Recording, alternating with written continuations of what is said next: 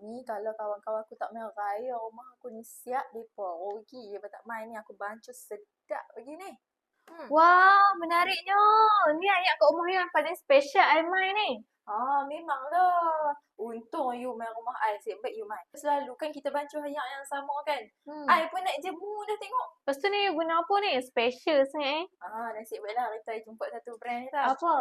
Ah. Wow, putih-putih. Kira ni ayat yogurt lah ni. Ya betul, you nampak tak tengok tu. Nampak macam ya Allah dia punya best sedap Semua dalam satu. Ya betul, you bancuh je tapi buah tak ada dalam ni, you kena beli sendiri lah.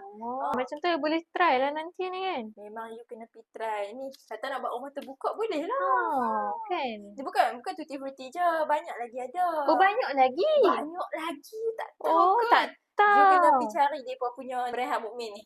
Beli kat mana? Beli dekat beg kuning depa. Daripada beg kuning senang lah ni. Senang.